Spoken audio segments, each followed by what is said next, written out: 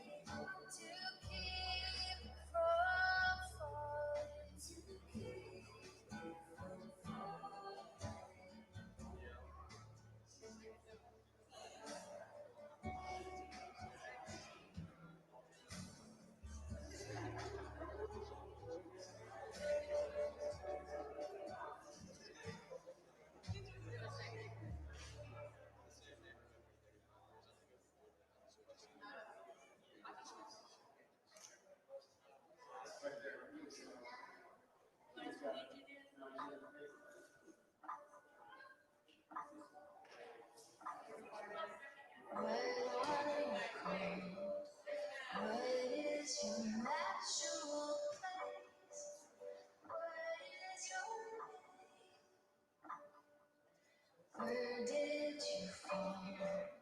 Where have you hidden away? Feeling so afraid. Oh, I hear the trees. Oh, on your knees, and you can fly, or you can stay on for you.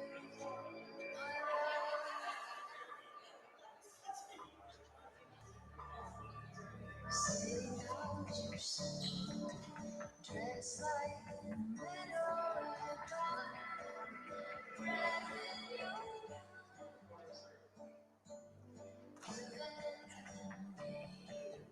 holding things that are there, finding your way. Oh, I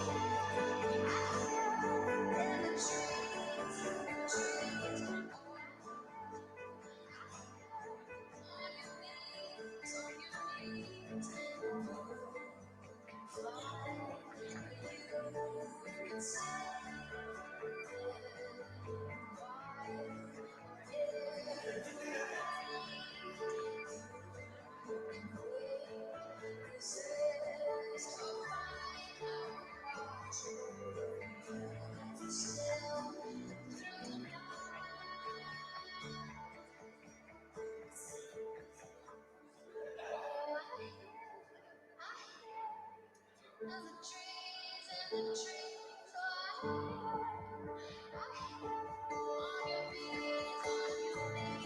oh, on your knees,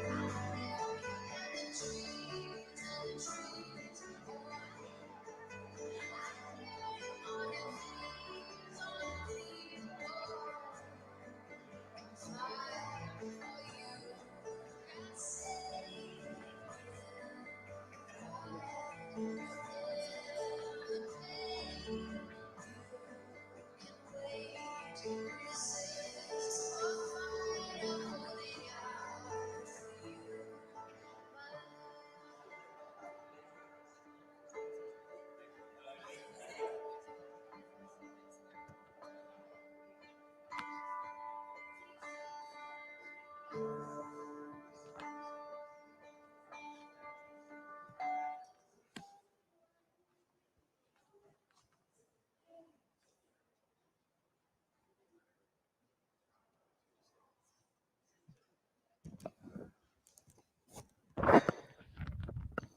I guess this works.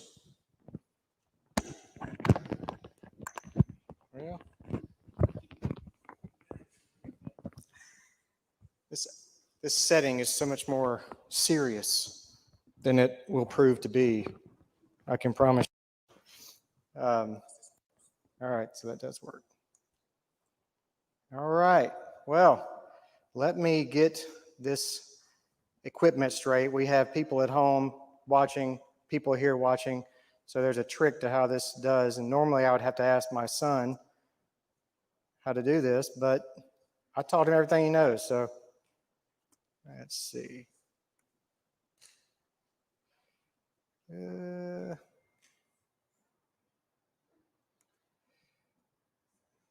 we go. Come on. These notes. Okay.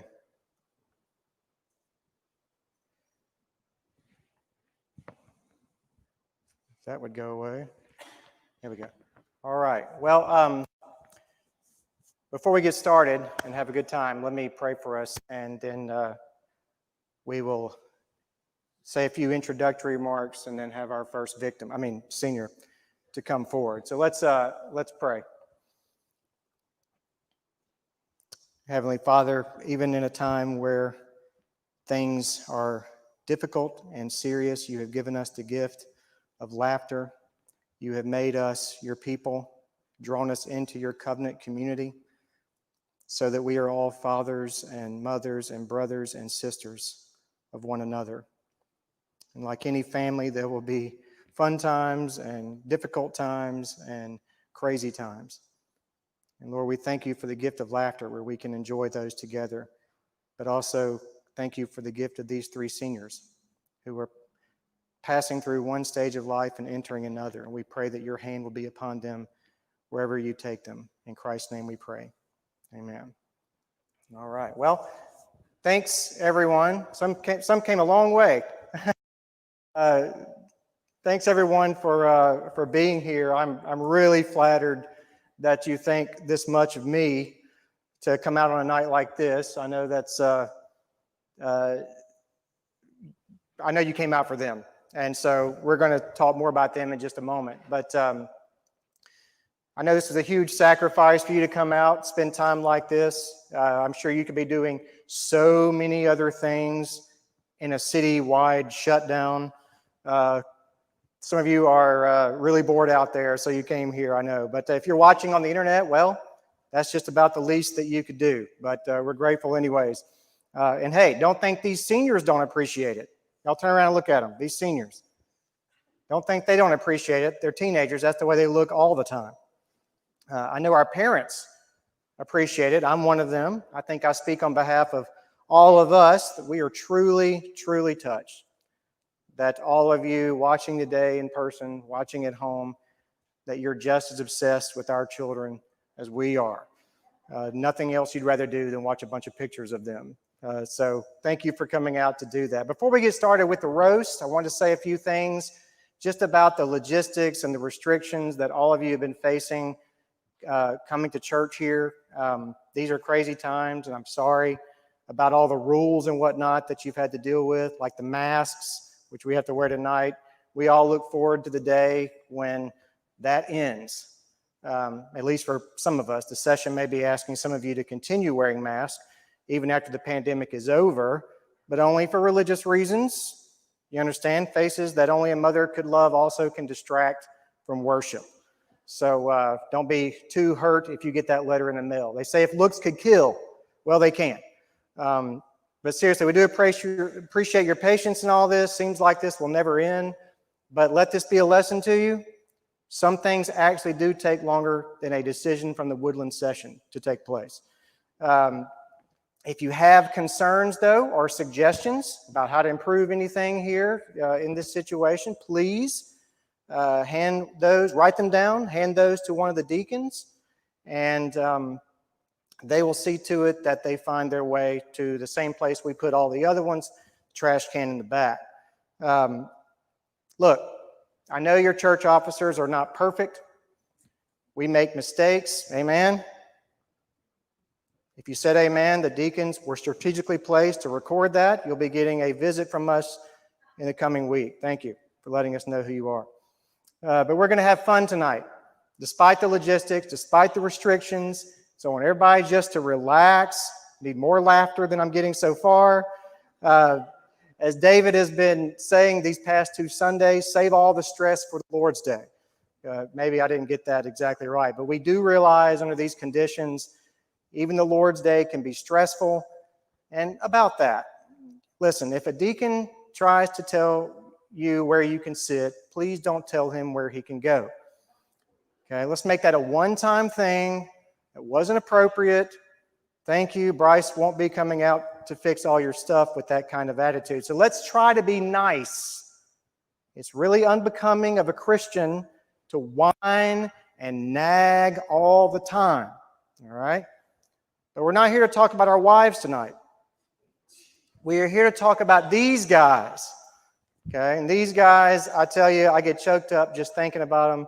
Seems like just yesterday, you three were helping to chase out the last youth leader out of town.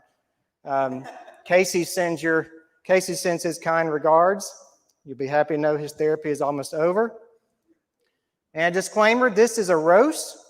So considering how sensitive Gen Zers are, millennials are, I'm around them all the time and so on, I provided our seniors with coloring books and whatnot so that they won't get triggered or offended in any way, we'll give Ella the frozen one. There you go. So if you get offended or bothered by anything that's said, you're just swap. Caleb, would you swap with him?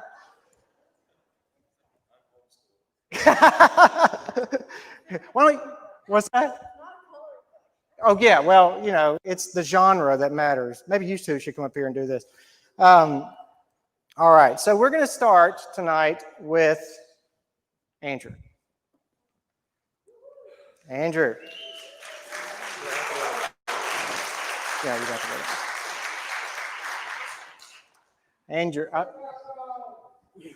Put it back on. Keep it off. It's fine. So Andrew Stair, right? You still going by that? I just want to make sure. I wasn't sure if that particular police report was accurate or not.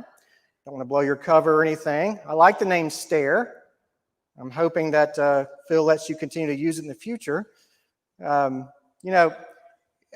the elder rewarded with the job of working with our youth, I've had the privilege to watch these guys, watch our youth grow up.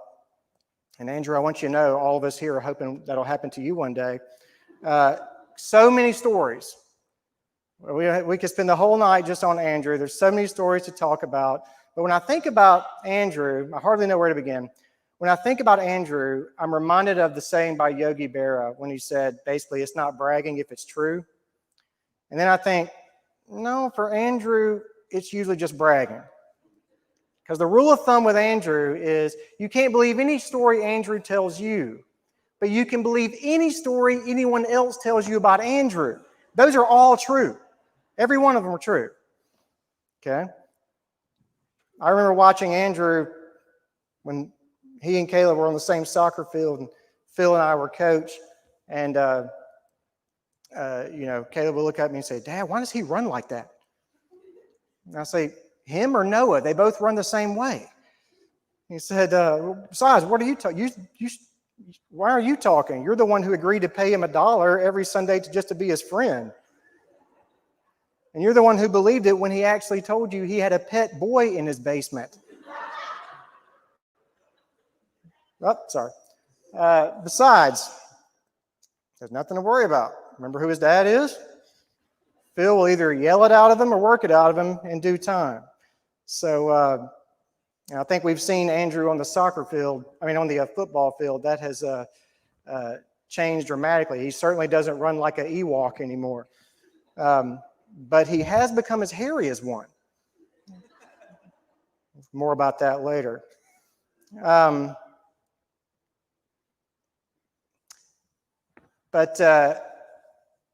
Seriously, with the hairy thing, remarkable feat. You need to donate your body to science. Speaking of his not so truthful imagination, his parents said that on the first day of Sunday school or preschool or elementary school, I should ask you about your trip to Mr. Griffith's kindergarten, to his office in kindergarten. You know what they're talking about? Which time? When he wasn't there, what happened then? I was pretty sure I was making bracelets for all the kids in my grade out of the metal fence out here. And so a teacher sent me in there to go get spanked. And I got there and I had to wait for like 15 minutes and he never showed up. So I got off scot-free. So you worked the system there, I guess, huh? Twice? Wow. So one Sunday, his parents said he announced to his Sunday school class that Ramsey had been bitten by a snake on the way to church. Remember, I said you can't believe anything he says. Mom and Dad were asked by others. She had not. So Mom and Dad had been asked by others how Ramsey was doing, and Mr. Phil had to tell Andrew about the difference between imagination and honesty. Have you got that down yet? Imagination and honesty? Kind of? All right, but let's not get ahead of ourselves. This is Philip Andrew Stair Jr. Date of birth 1/9/2001. Location of birth Montgomery, Alabama. Weighed 8 pounds, 10 ounces. This was number 4, so about the same length as the others. Unusual circumstances surrounding his birth. When he was due to be discharged, the pediatrician only needed to circumcise him, and we could all go home. Walking from his office to the hospital, the doctor suffered acute appendicitis and had to have surgery himself. Needless to say, we had to make a return trip a few weeks later. Glad that was just a few weeks later. First words, ouch, in response to Walker. Probably not your last time you said ouch because of Walker. Favorite first foods, cheese. Andrew always loved cheese and chips and nachos and other kinds of cheese items, I guess. Funny potty stories. One of many stare rules. Quote, no diapers in the deer stand. Close quote. The first successful solid deposit in the potty was accompanied by the exclamation, quote, now I get to shoot the big deer. Funny mispronunciations. I don't understand this one. Andrew would say, is it bosom or bosom? Bosom? You'd say bosom. What were you mispronouncing? Because they say this is just another self-made word. That's pretty much it? You don't even know what it means? No, it's boss and awesome. Boss and awesome combined. Okay. Yeah, I bet you have a lot of those. You have to be careful about what words you combine. They can make bad words. Funny stories about first learning to scoot, crawl. Actually, he was always running, usually from Walker. And the temperament that Andrew's had ever since I've known him, and apparently ever since his parents have known him, very much unchanged this day, very easygoing, very lovable. So let's move on. So, but just in case you thought that, sometimes I wonder what a child would look like had they been brought into the world in a slightly different package, let's say.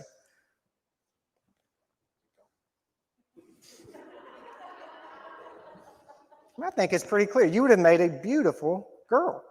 But don't let this confuse you. Andrew is a very burly man. His parents actually thought that he has a future in plumbing based upon how he wears his pants. Now this is Dog. And you will definitely need him for the remainder of the roast.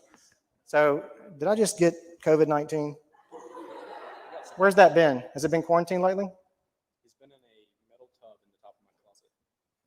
With a mask? This is Dog. For a long time, apparently, this was the only kind of pet Andrew was allowed to have.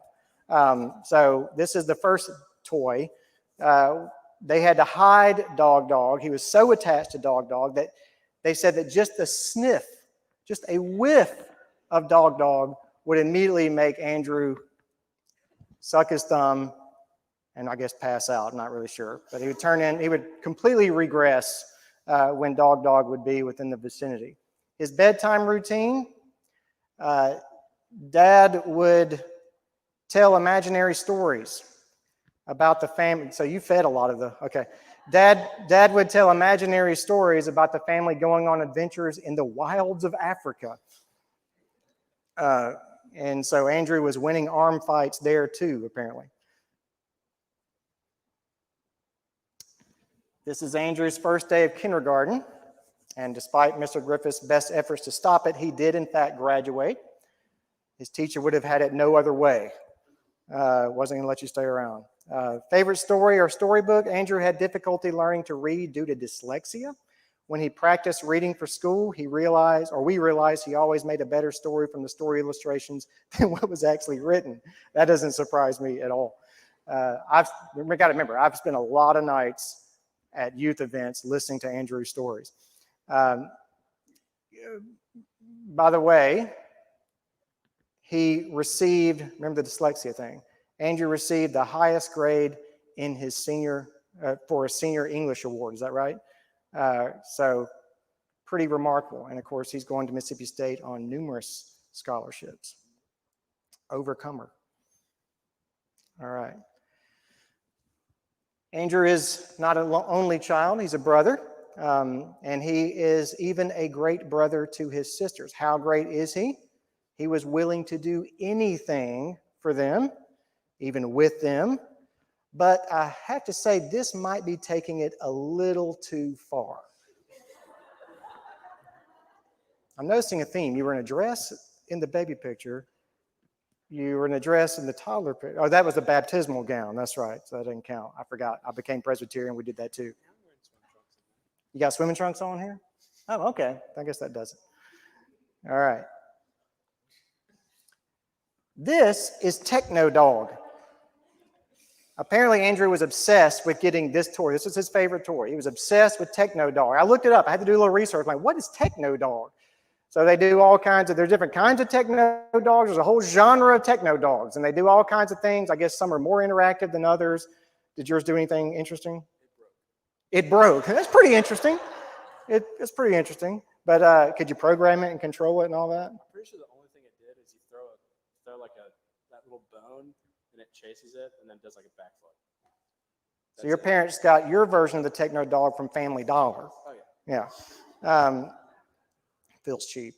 So anyway, this is a fake dog, obviously, much like his stories. But early pets, Andrew always wanted his own pet. So this wasn't going to do it. The techno dog wasn't going to do it. He especially always wanted a black female lab. He was apparently just obsessed with it. So until then, he basically had to share pets until Juna comes along, who's now how old? 3. And he had waited a very long time. Now, I would say you can tell how long he waited because in the video we're going to watch, he has a beard, but that doesn't really tell you anything. And he did not disappoint. So let's look at, if I can get this to work. It worked before I came here. When Andrew finally, after all these years, gets his own pet.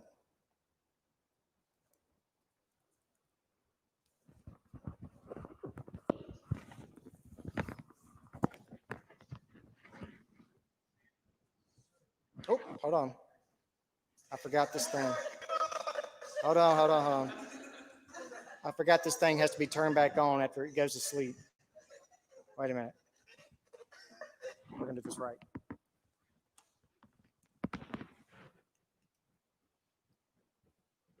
This thing falls asleep after a while, so. Oh, there we go. This might be a little loud, so let's try this again.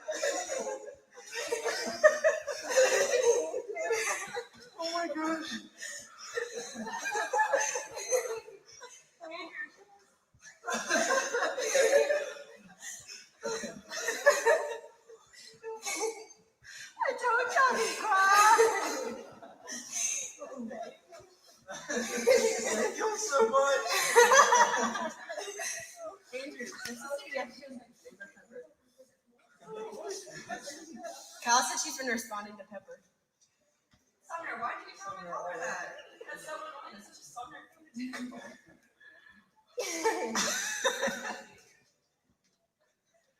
And your smile.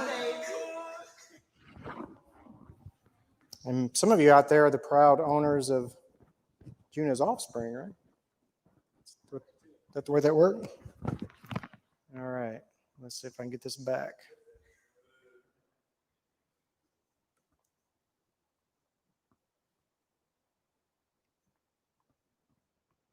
Did they tell you the story behind before they gave me the puppy? No? You want to tell the story? Pretty sad. Pretty evil what they did. It's evil what they did. We'll definitely tell that. Don't tell us that. So I had only asked for a dog that Christmas and a hat from Chance the Rapper. the hat that mom got me was a $3 hat. That's not Still right. cheap.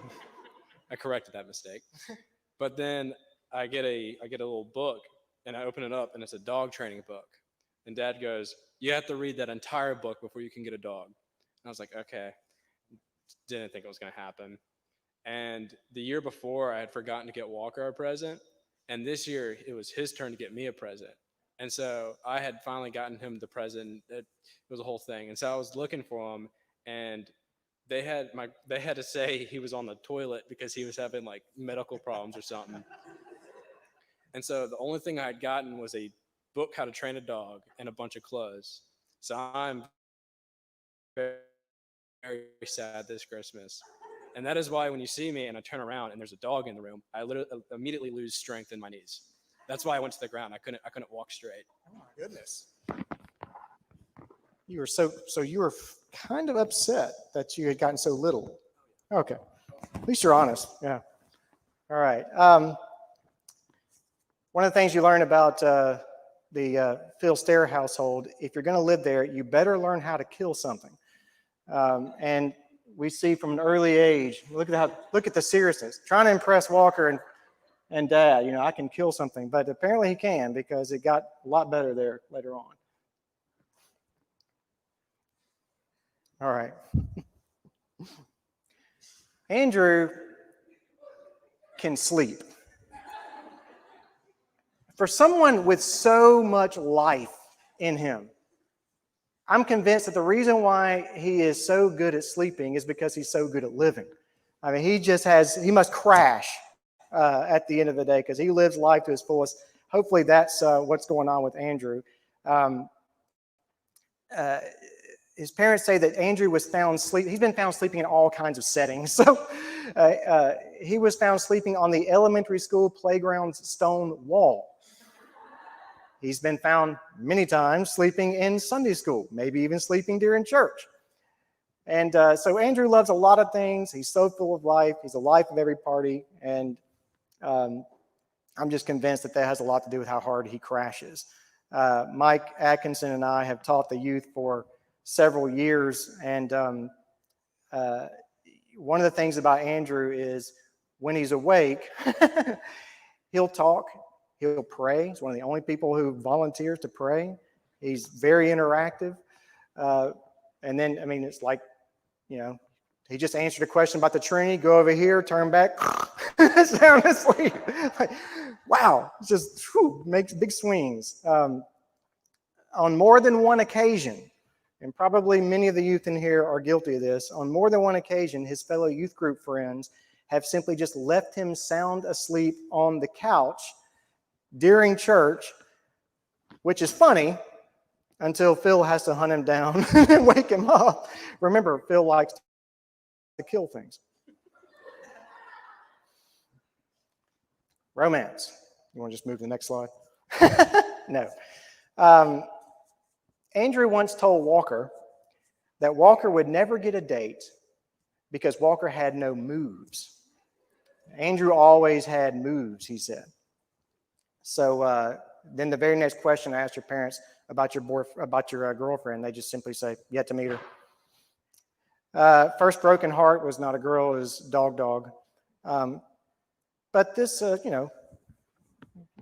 kissed by your sister, not too bad. Some people don't have sisters. It'll happen.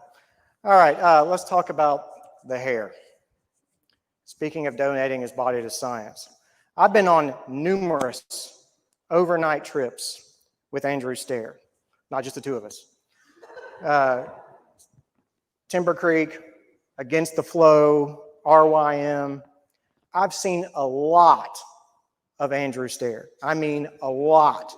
More than I care to see. And Andrew is not, shall we say, modest, would you say, about how he walks around in the cabin. But you know what? It never made anyone uncomfortable. Why? Well, judge for yourself.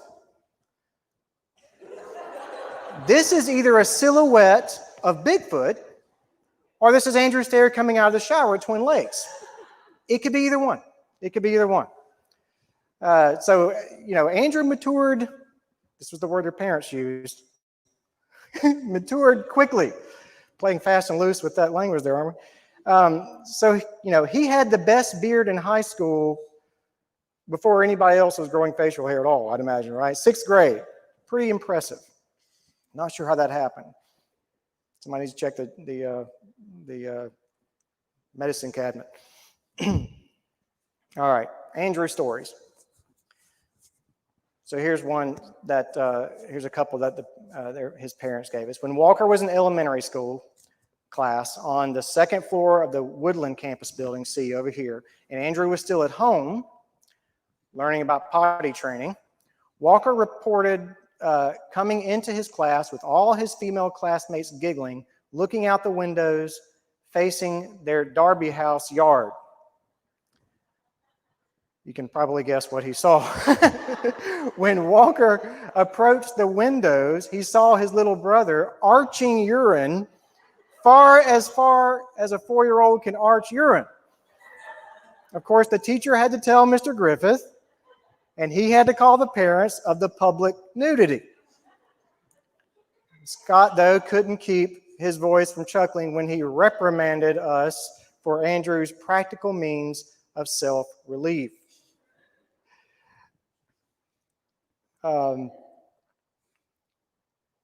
Another one, about 6 or 7 years old. First, I thought this said ago, which is sad that I didn't think a thing about it. When he was about 6 or 7 years old, Andrew decided to run away from home. The family, including mom and dad, had no idea where Andrew was gone until our friend Elise Cole drove into our Darby driveway with Andrew in a suitcase. Elise told us Andrew had made it to the intersection of Heatherwood and Darby, a solid block, when she found the vagrant. When we asked why he was running away, he said because he didn't feel connected to the family. My parents insisted I was adopted, by the way, so I can relate. So Walker found him a good chain and said he would always be connected with the chain. Andrew gleefully accepted the token of acceptance and has not attempted to run away again.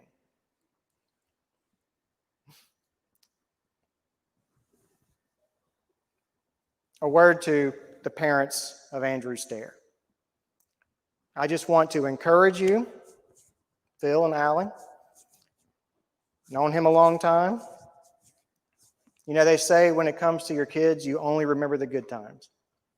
And I'm sure after much prayer and deep hypnosis, those good times will resurface one day for you. So take heart. Ladies and gentlemen, Andrew Stair.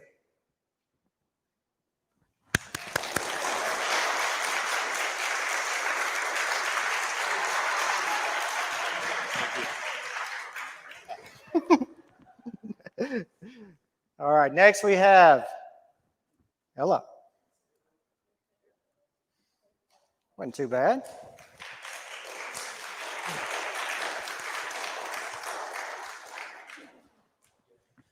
Ella Camille Nelson.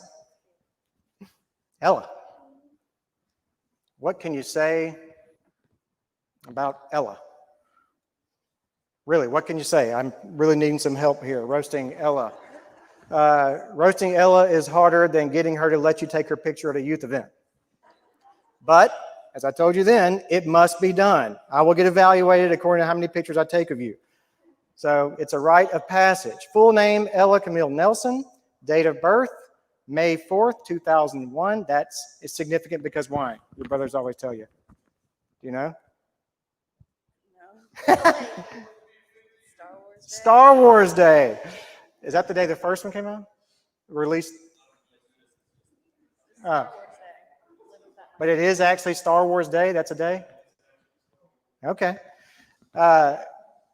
So they say that they remind you of that regularly. I see how much you listen to them. Location of birth here in Hattiesburg at Forest General Hospital. Birth weight and length, 9 pounds, 8 ounces, and 21 inches. Tiny baby. Ella was actually the runt of the Nelson litter. So no particular unusual circumstances surrounding the birth. So they're thankful for that. All right. I love this picture. And then I'll tell you, and I'm going to come back to this, the number of pictures that I fixated on with you and your brothers was just really moving. That's not a roast. That was just from the heart, touching. Yeah, I can see how much you love, hate, whatever. Security blankets or anything like that. She loved her pacifier, but when she was about 3, she gave it to me she gave it to her mom at the dentist and never gave it. Your mom never gave it back. Cruelty, right? And you didn't make a big deal about it because after talking with your father, that can be. What'd you say here? She didn't make a big deal. This is what your mom says. She didn't make a big deal about it, which was amazing because Ella taking after her father can be just a little melodramatic, and more on that later. First words, cake was a very important one, but it was confusing, your mom said, because you don't actually care for cake. And when Ella would indicate that, yes, she would like some cake at birthday parties, she meant that she wanted ice cream. And so temper tantrums were had before we figured out what you actually wanted. Favorite first foods? Favorite lifetime foods is the way your mom put it. Nutella, Skittles, popcorn, and chicken. And if you want to enrage her like Thomas used to, you will remind her that she used to pronounce it chiggin, not chicken. Funny potty training stories. Well, with brothers as tutors, it took a while to convince her that girls do not stand up to go potty. Let's just put it like that. I wonder who had to clean all that up.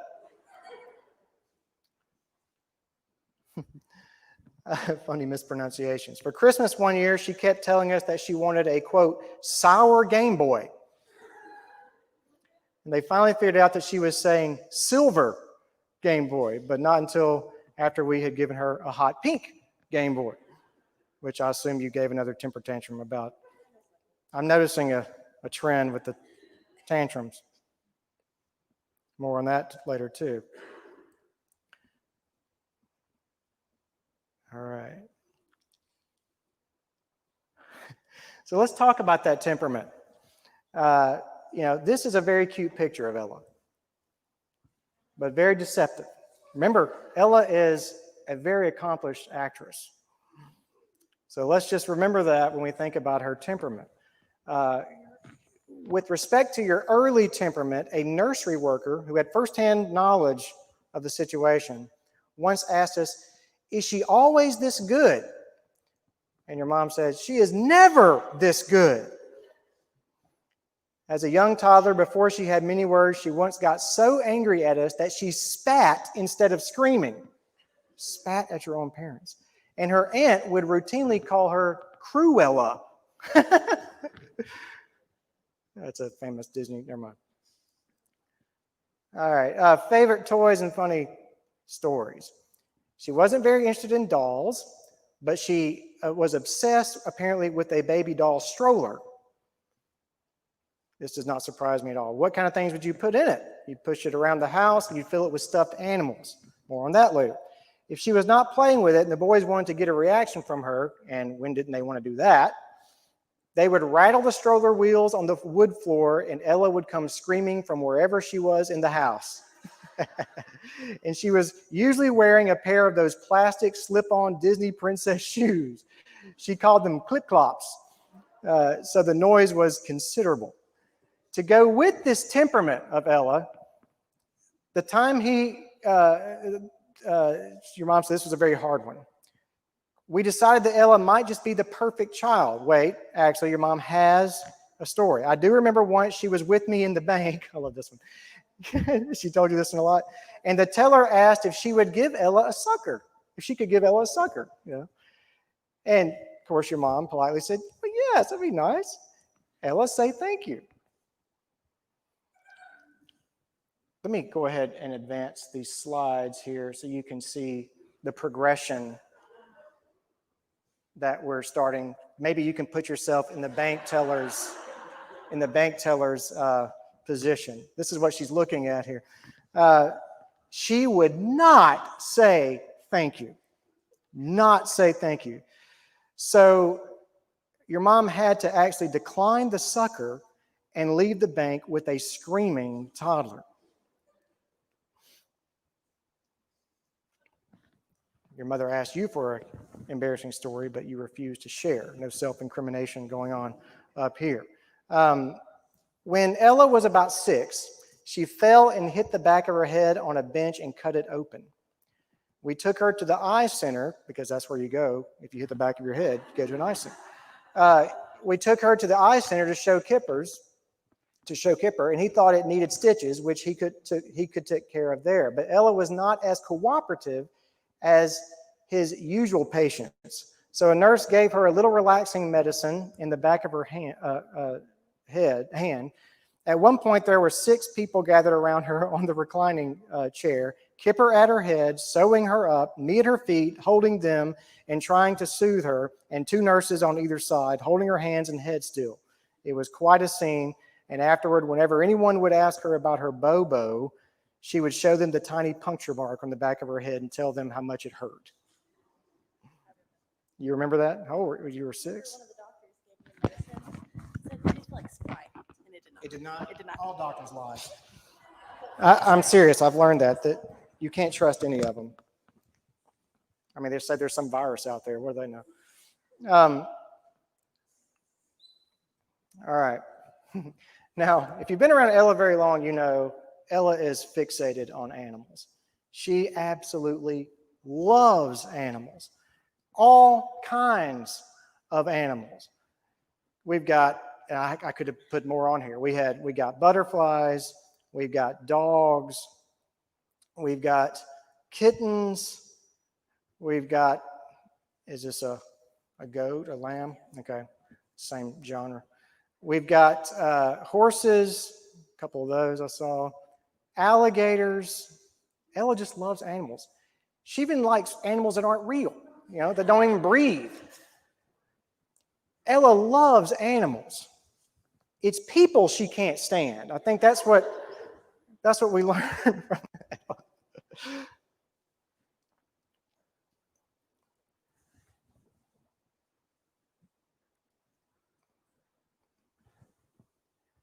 So this is Ella. Remember the thing with the people and the animals. Ella has always valued her alone time. And this started very early in life when they went to Disney World when she was about 4.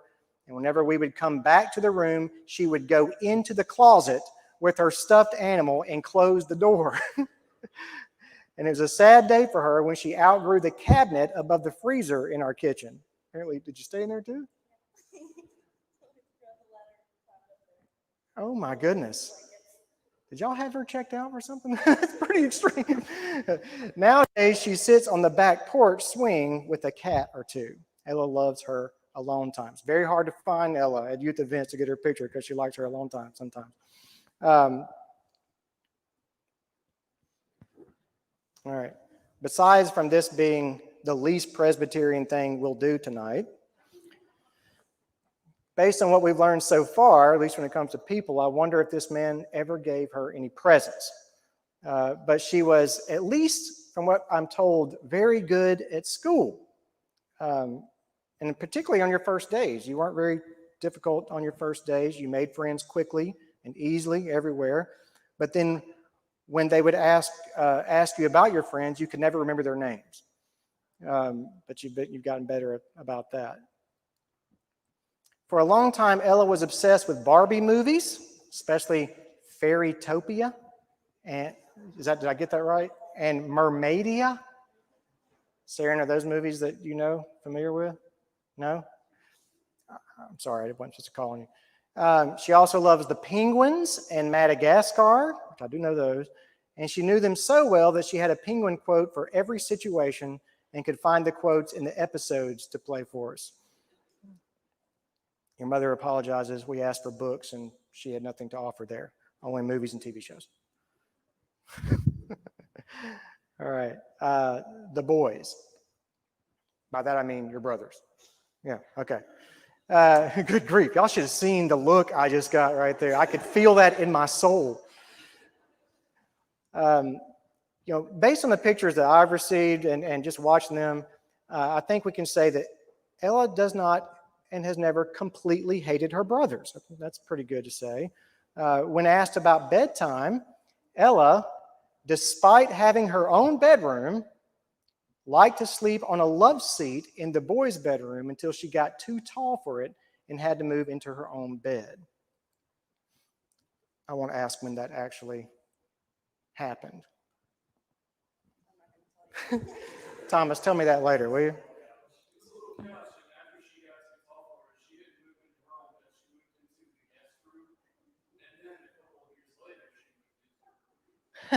Was the guest room close to y'all? You just like to be alone, right?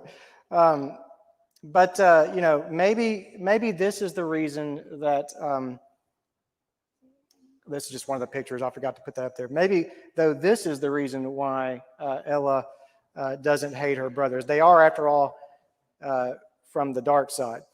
But I've always noticed that Ella and her brothers really seem to have, I don't know how you describe it, a special, unique relationship.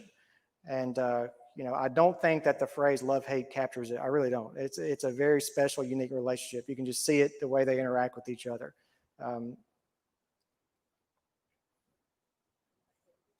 Love-hate, it's kind of, here they are. Look at it. This is the way they were all the time. They didn't fight, nothing like that, right? It's church. You don't have to tell them. All right. Let's see. Okay, here we go. Ella, the remarkable actress. If you haven't had the benefit of seeing Ella in theater, you are really missing out.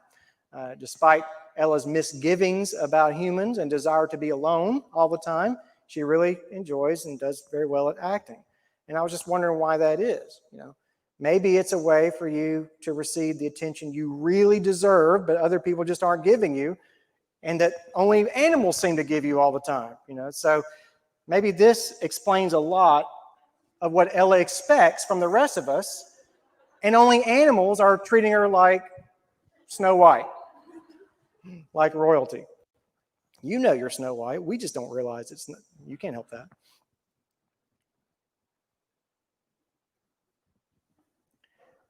We have 3 seniors tonight. This is the only one that presents an empty nest. Last baby bird, which of course can be very tough on parents. And, and just thinking about the trouble, the difficulty, the pain, or whatever that comes as a parent from that situation, I've just got one question. Who are you going to blame things on now, Kipper? I can't imagine what that must be like, what that's going to be like for me. I always thought, I'm in trouble a lot with Natalie, but we've always got this us versus them dynamic in the house. I can always blame them, or I can always say, yeah, those kids, man, I wish they get out of that, that kind of thing. But now where do you run, Kipper? There's nowhere to run. You're always in trouble. There's nowhere to go. You can't, what's that? He'll blame the animals now. But seriously, you may soon be living in different places.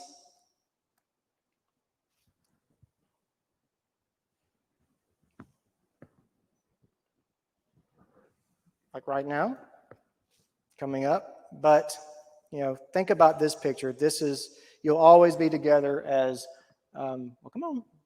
You'll always be together as one family going forward. So, ladies and gentlemen, Miss Ella Nelson.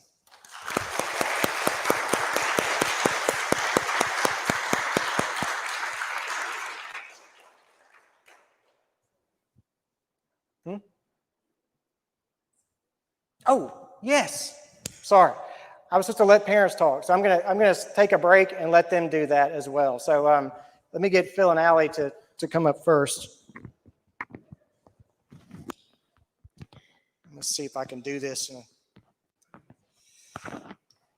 We went back and forth on this. There we go. So y'all just hold that together. Okay. Y'all hear me okay? Oh, good. Okay. You're going to stand, not sit? Take it like a man? Do I need to sit below you? No, it's okay. This is good stuff. This is good stuff. And we wrote it down. We can consolidate a couple things they have in the list of what you love and appreciate and respect. It kind of all ran together. And really what we love and appreciate most about you is your easygoing nature. I think you heard about that a lot tonight. But you've been doing this your whole life. I mean, whenever you were small, Mom went with you on a trip to a nursing home where you were the class of singing Christmas carols to older people. You remember this? And she says you went to an older man and you were rubbing his hand, talking to him while the rest of the class was lined up against the wall. Playing soccer. I don't know if Caleb ever fell down, but if anybody fell down, you're the first one to run to get to him. He may run funny, but he was the first one there. And then also, I think the Smiths, when they went through their tragedies, you as a young man, very mature in that.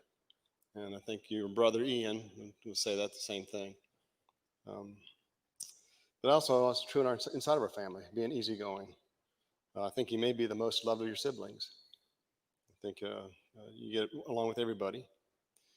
When you were young, you did try to run and hide from chores. That's not a desirable trait. But here late, he's the only one standing, and at 19, he does what this 55-year-old body cannot do. And I'm going to miss that. So, but he does it joyfully. He's learned that attitude's everything. The chore will be done. You can do it happily or unhappily. Might as well be happy. Get it done. And he's done that well this last year. And then Mr. G's in here, and he kind of gave us some words of wisdom. We knew when you were struggling through school, that was kind of an issue for us because we're, academic-oriented family. And Scott said, listen, he may have trouble in school, but he's going to be great in life. We just got to get him to life. And we agree with that. The skills that you have, your people skills, everybody's seen it. That's going to take you far.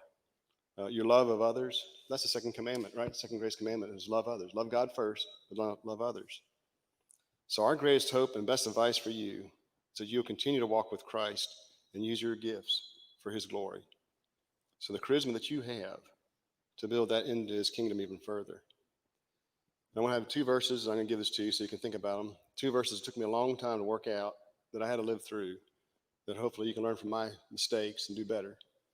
But Micah 6:8, what do you need to do every day? What do you need to do? Micah 6:8 says, he has told you, O man, what is good.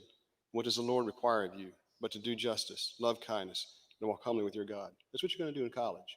That's what you do at home. And then especially as you leave home, Romans 10:17, faith comes from hearing through the word of Christ. Don't ever leave the church. Stay in the word, and God will be with you. So your mom and I agree that if you follow these verses, you will grow in your faith, and you will live a life showing your faith.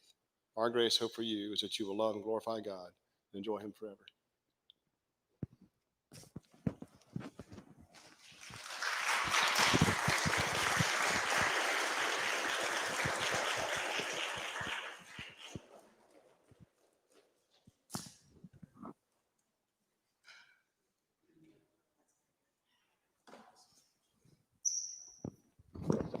Kipper and I are still fighting about who's going to have to read this because she is our last. So, and this was short. Troy scared us and told us to keep it short. And I'm sad to have to follow Phil because that was amazing, and I hope everybody listened. But this is for our dearest Ella. We're so thankful that God put you in our family and entrusted you to our care. You are our delightful, dramatic, and darling girl. You are responsible and cautious and organized and talented and tender and caring and hilarious. My sister reminded me of a story, and don't think that we hand out $100 bills to our teenage children, but this is part of the story. We were in New York visiting my sister, and we were all in a shop, but we had passed on the way in a panhandler, and Ella went back out and gave him some money. Do you remember this? And my sister, who's the seasoned New Yorker, was like, Ella, that was kind of a lot. You probably maybe don't need to give that much. And Ella said, well, I had $100 bill in my purse that I could have given him. And we just, I feel like exemplifies Ella's generosity and her tender heart. And we're so thankful for that. I can't even begin to count the mistakes that we've made in raising you and will continue to probably make. But I hope you will forgive us for them, and that in overcoming those, you will be resourceful and resilient and learn to be forgiving. Our greatest hope for your future is that you will know what God has called you to do and that you will pursue that in Him with all your heart. And we love you.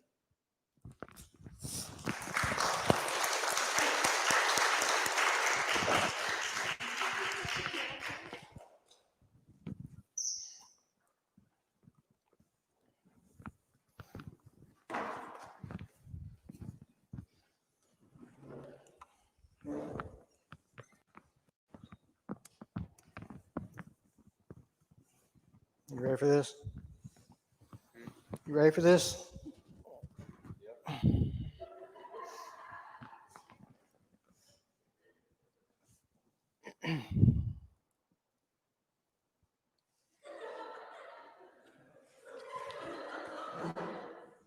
How did we go from this to the Gibby phenomenon? I have no idea. This is at one of your local stop signs. If you don't know what I'm talking about, just look at those as you drive around town. As we're going to see, Caleb isn't good at everything. But like me, there's going to be a lot of like me in this. When he gets interested in something, he becomes almost sickly obsessed with it. You got to make sure you're in the camera. Sickly obsessed with it and obsessed with it. He has to know every little thing about it. Very intense child, embarrassingly so. If I had to describe Caleb in a word, it would simply be weird. He's just weird. I've always said that about him. This is an example. You don't know what he's about to do. Okay, this isn't him just seeing his milk bottle and he's cute. Caleb, when food would start approaching him, would start going like this. When every time food got up, he started doing that. He's just weird. He was obsessed with wheels and lines and cross ties. You say, what do those things have in common? All right, now you're going to say I should have had him checked out by a pediatric psychiatrist, but he would look, to this day we don't know what this means. He would look at things like this when he was really little, like wheels, real close to his eyes, and for whatever reason, not sure what high it gave him, he would want to do this.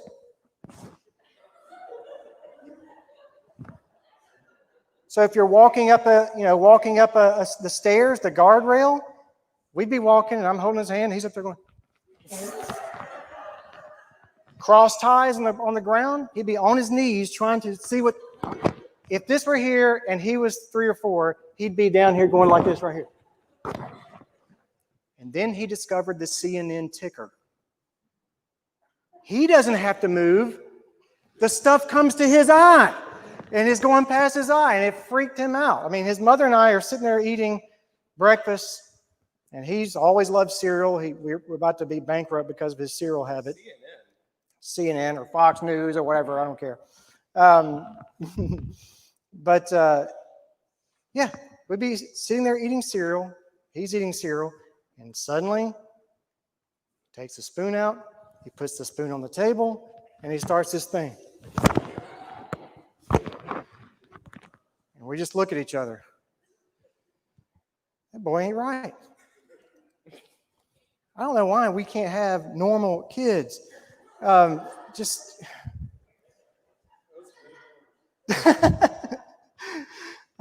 not trying anymore. It's and it just kept getting weirder as he grew up. I thought maybe he'll grow out of this kind of weird stuff. No. My slogan when it comes to Caleb, to talking about Caleb, is always, I really wish I was exaggerating. That's true. I wish I was exaggerating. Date of birth, November 29th, 2001. Location, Athens, Georgia. Birth weight, 5 pounds, 9 ounces, 19 inches. That wasn't because he's my son. He was born a month early. He was in the NICU for 7 days. So maybe that explains it. I don't know. First words were mama and dada. Favorite foods, Cheerios, ice cream, and bananas. Funny mispronunciations. We never understood this one either. If he ever walked into a room and they had a ceiling fan going, he would call it a ya. He'd say, ya. Ya. Just all the time. We didn't know what that meant. And people would ask us, have y'all had him checked out? Do you need to? Because the fan would do the thing too. He'd be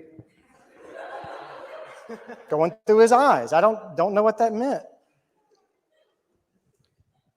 Security stuff. This is Laurel. And Caleb was very addicted to Laurel. Now Sarah Ann's very addicted to Laurel. But this is basically, he used a pacifier and he used Laurel to make it through living with me. Early temperament, Caleb, very similar to Andrew, full of life, always joyful. I remember when we first moved to Hattiesburg and the elder Norman Rowe was here. Within a couple of weeks on a Wednesday night, Norman said, what can we do to bring Caleb out of his shell? Of course, you know, Norman, he's being sarcastic because he just loved to run away from us. He loved he was always on the go, just constantly on the go.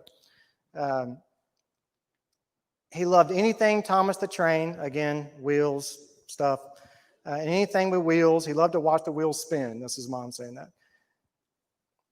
Habits, he likes to, that's a particular habit. Let's see. He was perfectly happy trying anything new, never had any problem with us leaving him around.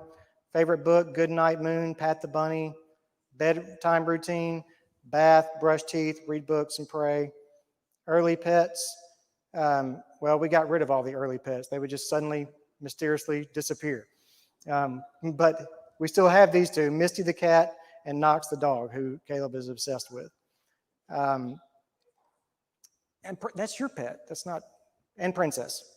That's the other cat.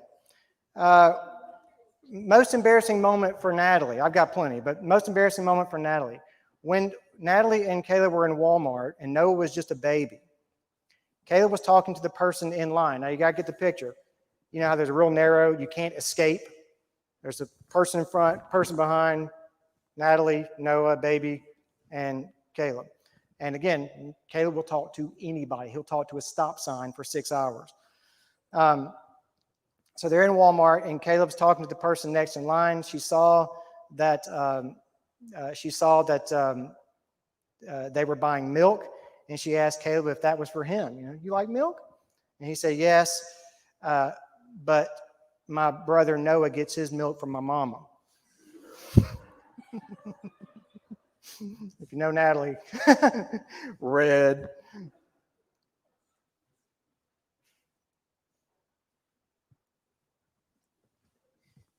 This is the soccer team. Head coach in the Hunter's orange hat, because you can see it from far away. Thought it was a pretty smart idea. I wore one too. Was Phil. And, Phil taught me a lot about coaching.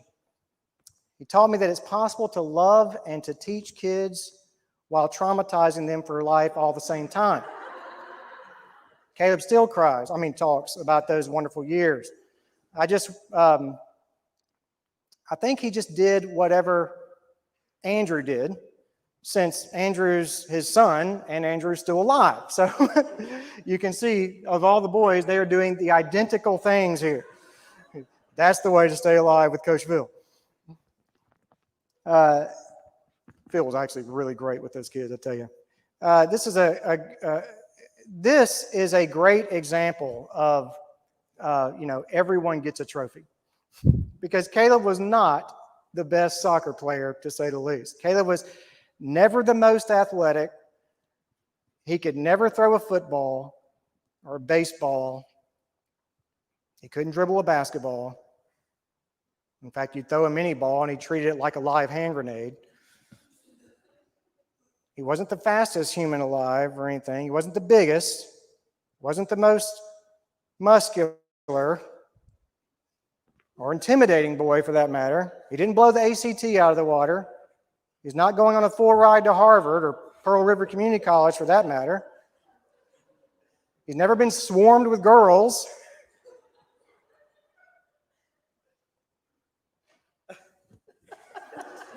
But, he's not the worst at everything. That's something. And he runs a lot, like far a lot. He runs far. He can run far. In the woods.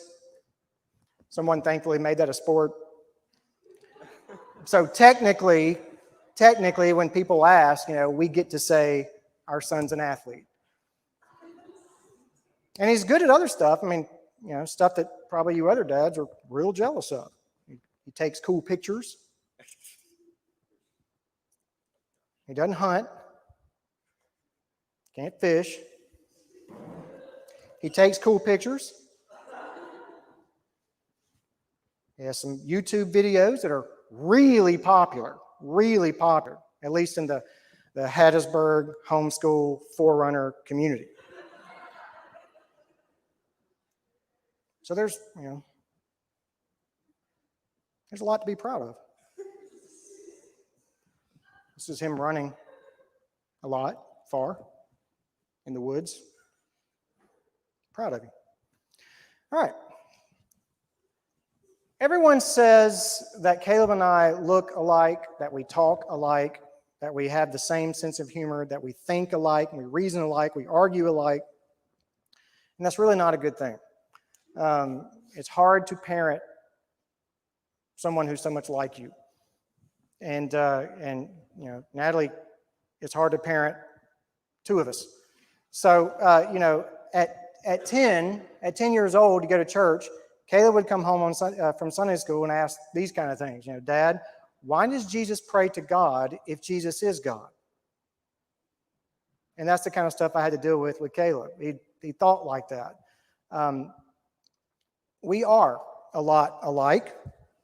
We can stay up late at night laughing at the same stuff or discussing the world's problems. But there are differences between us.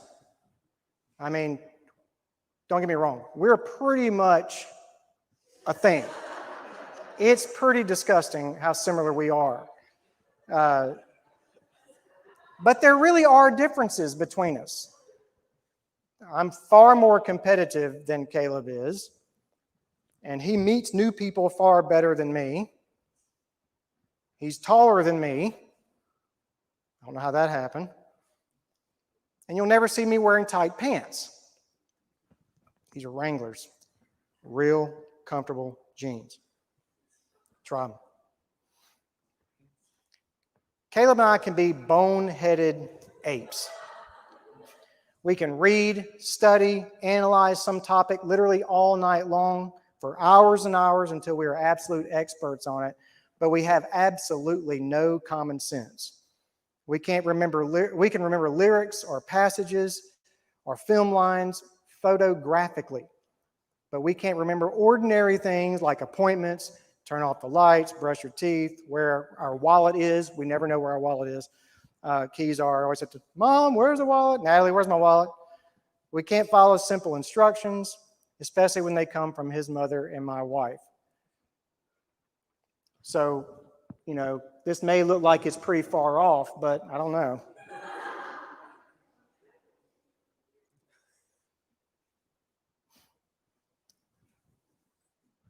I always tell Caleb, I should have listened to your mother. I always tell Caleb, you should have listened to your mother. Life would be a lot easier if we would just listen to her so many times, but we just can't hear her. It's like we can't hear her. Caleb has a hard time listening to her when she tells him what to do or what to remember or make sure you do this or do that. That he definitely gets from me. It's like we can see her mouth moving. I swear I can see it moving, but we're thinking hard about something else. One track. And normally that doesn't turn out well for us.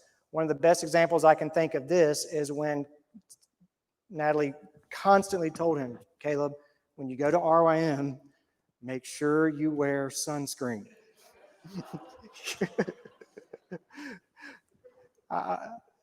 You've got to wear sunscreen. I'm telling you. She called me, is he wearing sunscreen? I don't know where he is. Is he wearing sunscreen? Well, this was Wednesday of RYM. It got worse. His face, in the dorm, you could see his face bubbling. It was like an active volcano. His face began to bubble and boil. He looked like a freshly baked pizza. All because he didn't listen to his mother. Another trait that Caleb got from me, he can be rash. He can act before he thinks. He's got the bruises and the broken bones and embarrassing moments to prove it. A lot of embarrassing moments. Things come out of his mouth that just shouldn't. When he was 6 years old, I took him to work with me. Go to the 4th floor where I work. My colleagues are there, political science, history. When the elevator door opened, a history professor was there, a colleague of mine, who greeted us. And this history professor, shall we say, was very large. And without hesitating a moment, Caleb yells out, Dad, he's as big as the world. And Caleb, to this day, I have no idea what they talked because I just kept walking. Caleb and this guy stayed behind talking. So I have no idea what happened. But most of his embarrassing moments are his own fault. But sometimes, this is the thing with me too, there's just this cloud of embarrassing moments that just follows him around and drops on him. Just things happen to him things just strike him just for fun. It's God's way of keeping him humble, I think. For instance, a couple of years ago, Caleb went canoeing with his friends down the Okatoma River in Collins. And at some point, Caleb, you meant to correct the story. At some point, Caleb jumps in the water and, well, loses his swimming trunks, which weren't tied appropriately, probably like your mother told you to. So here's Caleb, completely naked, floating along in the river. He had already identified a canoe with attractive girls in it going by, so now he can't make any move on that angle. They're just paddling, wondering what's up. Why is this guy just floating in the river? He finally gets his friends to understand what the problem is, and they thankfully throw him their life vest, and Caleb gets up out of the water, gathers them around his loins, like Adam in the garden with the figs, places himself back into his canoe, strategically placing each life vest around on top of him and around him in order to finish the canoe trip. That's the kind of stuff that happens to Caleb all the time. I wish I were exaggerating.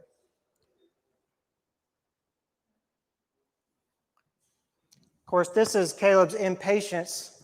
When you're in a treehouse and someone's going to get the ladder to help you get down, no need to wait on a ladder, just jump out. Therefore, he ends up with a broken arm and in the hospital because he's rash. Caleb is, though, now this trait he did not get from me. I became a professor to avoid work. Caleb is a worker. I credit people here, Phil and Tom and other people here with that. Caleb is a worker.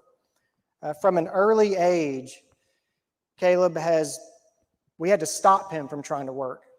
He wanted to mow yards early on, start his own company early on.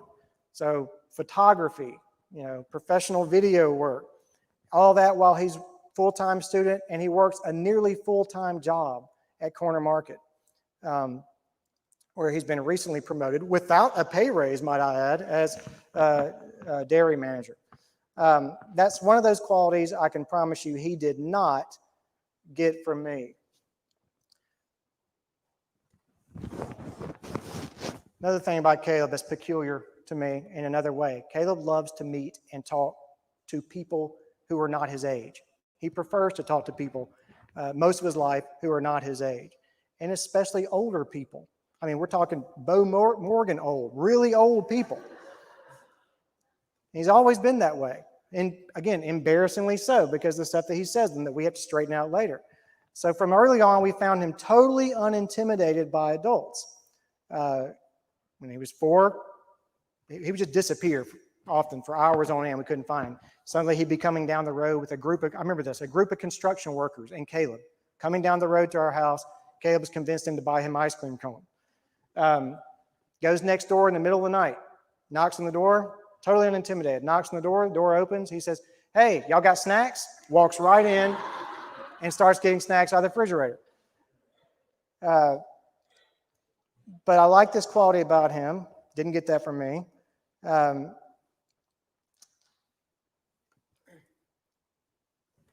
When Caleb first began homeschooling, this is one thing I love about Woodland. We had worked it out, thanks to Tom's invitation, to have Caleb work at the church. Caleb loves to work. Have Caleb work at the church with Tom Brown. Tom Brown was our go-to maintenance type guy. You know, if there's a problem at the church, Tom could fix it. So Tom was here, and Caleb started going with him to work and fix things around the church all the time, and spent invaluable hours of his life with Tom Brown, teaching him all sorts of things about life and so on. He would serve the food on Wednesday nights, and so Tom was there to help him along there. This is a picture of how hard did Tom work Caleb. Caleb is actually asleep right here. These pictures come from Tom. Tom was over there and took a picture of Caleb when he was fell asleep from the work on the steps.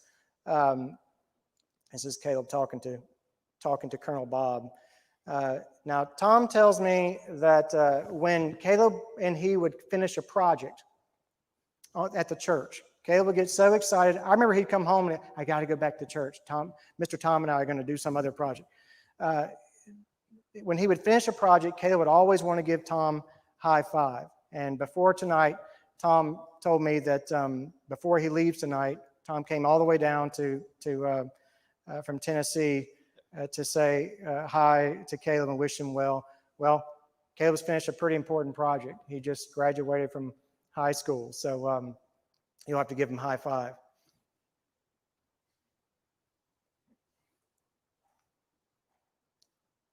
Caleb would even talk to his brother and sister for hours on end. I took this picture just like, what are they talking about? Probably one of his crazy stories. Warning, this may scare the little children, but Caleb is a film critic. He's film obsessed. Caleb will tell you everything there is to know about film history. He studies it like I study politics, the back of his hand. He has a nearly unhealthy fascination with filmmaking. Again, he gets mentally fixated on something and analyzes it down to its core. He likes to research them, create them, study them, how they're made, when they're made, who made them. He thinks about film the way I think about football or history. Romance. Well, based upon what I've told you so far, I didn't tell you about his fixation with Five Nights at Freddy's and stuff like that. But based upon what you've been told so far, you probably think that the ladies would be blowing up Caleb's phone for dates all the time. But it turns out Caleb has actually always been a little awkward in general, but always around girls. I know that's hard to believe. I mean, his catch lines are golden. Want to play Five Nights at Freddy's on the computer? But at his first prom, Caleb actually landed a very pretty girl named Allie. I'm sorry, I wasn't supposed to use her name, I told her. For his first prom. We don't know how it happened. We suspect bribery, not really sure. But, he landed a pretty girl, and Caleb didn't disappoint. I tried to prepare him for the event, for the evening. Don't bring up Five Nights at Freddy's or Super Mario Brothers. And I just knew it was going to be a disaster. I mean, you got to know it's going to be a disaster when he's asking you, what do I say to her? Where do I stand? Do I touch her? No! If so, when? How? He's got Britt Burrell over his house trying to teach him how to dance and stuff. If we take a picture, where do I put my hands? I should have just said, forget it. I didn't want a lawsuit or anything. But I wish I was exaggerating. I tried to show him, what the proper way of taking a girl out to prom really is. I mean, you can see the confidence, the swagger. You can see the smoothness. I didn't let the fact that I attracted the prettiest girl in high school make me flip out. You see? That's what I tried to tell you. But Caleb was like, I try to think of what's the best analogy around a pretty girl. Caleb was like the Tin Man on The Wizard of Oz. Just stiff as a board. Like, relax, I will. I mean, look at him. He's the Tin Man. And what's with the fist? What are you doing with your fist? You going to hold her or punch her? But they ended up having apparently a good time. Thankfully, it was homeschool prom. Yes, they exist. So there was, already extreme social distancing. You're already square dancing 6 feet apart. Slow dancing to Stephen Curtis Chapman isn't really going to get anybody in the mood. And then, fortunately, they remain friends today. Or as Allie says it, the girl, just friends.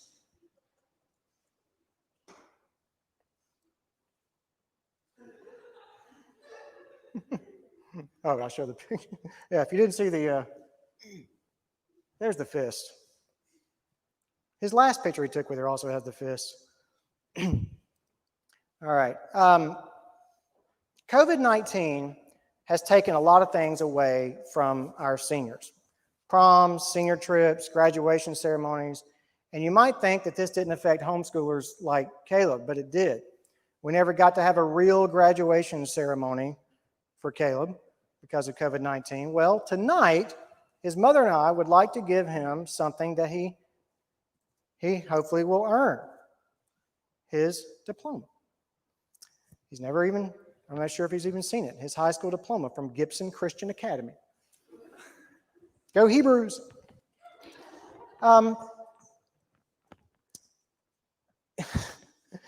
But Caleb didn't quite finish all the coursework necessary for graduation, so I thought it would be nice for all of us to witness that together here tonight.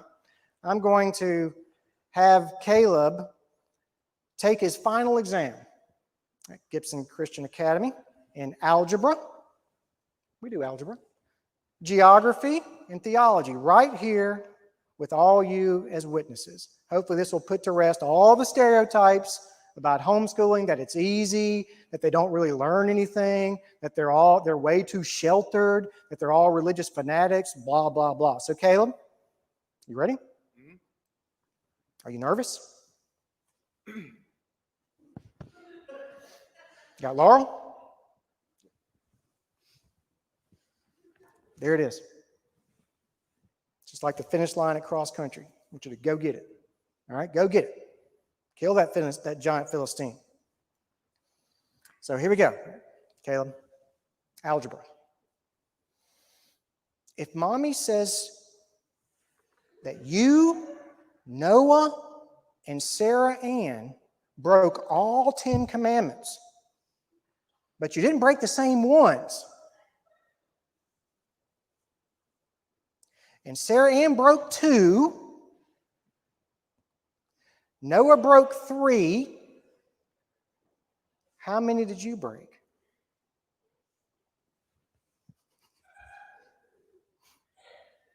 Five. Little Einstein. Attaboy. All right, good. Geography. What street is our church, Woodland Presbyterian Church, on? Is it A, Hollywood Boulevard? That's the Devil's Street. Is it B, Bourbon Street? That's mommy's playground. College playground. Or is it C, Lincoln Road? Good. We got a little Magellan here. Now, theology, last category, and there it is. There it is. Actually, here it is. Right here. Okay? Theology. Who made you? God, What else did God make? all things. John Calvin. And you thought homeschooling was a joke.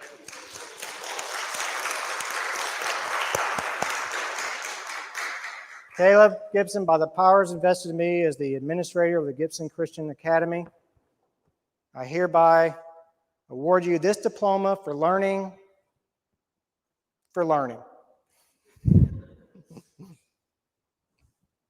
Ladies and gentlemen, Caleb Michael Gibson. Now.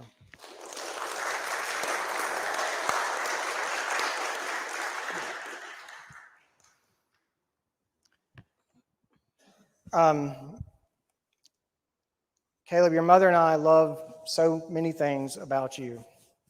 I said you were weird, and you are, but you're special in so many wonderful ways. I've told you many times from the book of Proverbs how important it is for a son to listen to the wisdom of his father. And you know me well enough to know that I'm not always right. But I can honestly say, far more than I ever did with my father, you have done that. You have actively and intentionally sought out wisdom from me. You come to me all the time. You've sought to imitate me. You covet and try hard to heed my counsel, often late into the night. When I'm tired, you're asking hard questions of life about relationships and God and sin and the world and everything. And it's rare among young men, and I'm proud of you for that. That will pay dividends to you, like the book of Proverbs said, in the years to come. We love how you work hard. We love how you will talk to anybody and make them feel welcome, no matter how young or old they are, no matter whether they're rich or poor or black or white, any social status doesn't seem to matter to you. I love that about you. We love how loyal you are. Our hope for you is that you just stay that way, but that you continue to mature in your faith. You've got unique gifts, and I want you to see these as gifts from God to be used for His glory and not your own. Make much of Him, less of yourself. And in college, don't forget who you are. Your identity as a disciple of Christ, your family name. Bring honor to those things.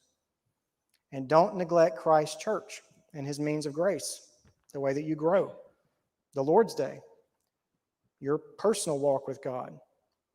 Connect with fellow believers at RUF and other places, and bring honor to your Savior and to your family, and enjoy God, loving Him and living for Him forever. And this goes to, I'm his dad, but I'm the youth minister too, youth director, whatever you want to call me, for you three. And I want to say this to all of you. When you three go to college, you're going to hear a lot of people talk about the purpose of life. Why are you here? I always start off with my classes with a simple question. Why are you taking this class? And almost to a T, every single student eventually will tell you if you just keep asking them why and how do you know when they say why they're taking the class. You eventually get what they consider to be the ultimate purpose of life. And even the Christians who go to church, they give you the same worldly answer. Nearly everyone will tell you that the purpose of life is for you to be personally happy. That life is all about you.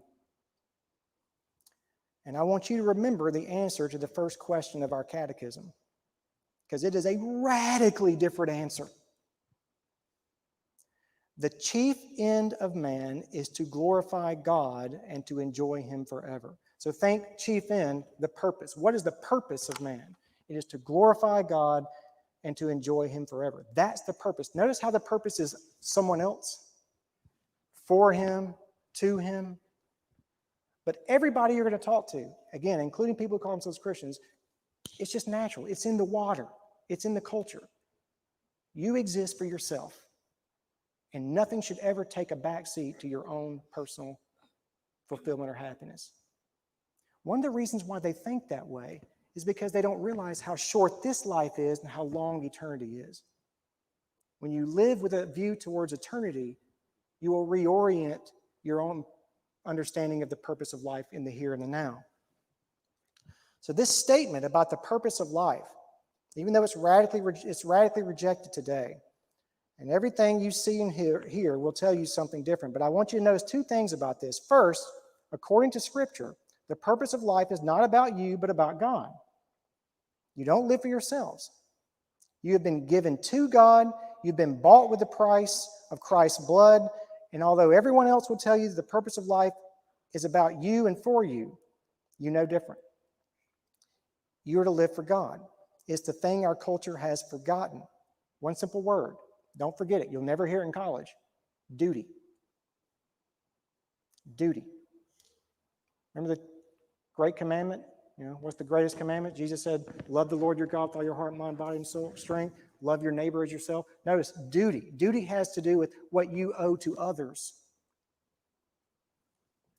Yes, be happy, but never at the expense of duty. Yes, be happy, but never at the expense of your ultimate purpose for life, which is to glorify God and enjoy Him. Your duty is to love God and neighbor. They don't ask themselves what they ought to do. They only ask what they want to do. But I want you to notice something else here as well.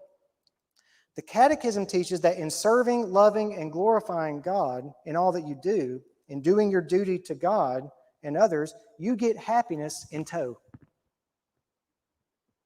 The chief end of man is to glorify God and to enjoy Him forever. What's the root word of enjoy? Joy. You place your mind on Christ. Seek first the kingdom, and all these things will be added to you. And this isn't the kind of happiness, the kind of joy that the world is talking about. The kind of happiness you get when you glorify God and enjoy Him, it lasts. It's solid. It's deep. It satisfies. It's not superficial. It's not fleeting. It's not shallow. Oh, the deep, deep love of Jesus. And Jesus said He's going to leave you His peace, but not the kind of peace that comes from the world. His peace He leaves with you. Pursue that kind of peace. So in conclusion, before you do what you want to do what you ought to do. Glorify God in all you do, and you'll get lasting joy thrown in for good measure. I've asked Scott Griffith to close us in prayer tonight. I hope you enjoyed the roast.